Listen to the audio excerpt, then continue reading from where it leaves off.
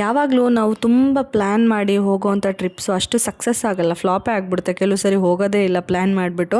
But ನಾವು ಸಡನ್ನಾಗಿ plan ಮಾಡೋ ಟ್ರಿಪ್ಸ್ ಎಷ್ಟು ಚೆನ್ನಾಗಿರುತ್ತೆ ಅಲ್ವಾ, ಎಷ್ಟು ಸ್ಮೂತಾಗಿ ಹೋಗುತ್ತೆ, ಅಷ್ಟೇ ಎಂಜಾಯ್ ಮಾಡ್ತೀವಿ.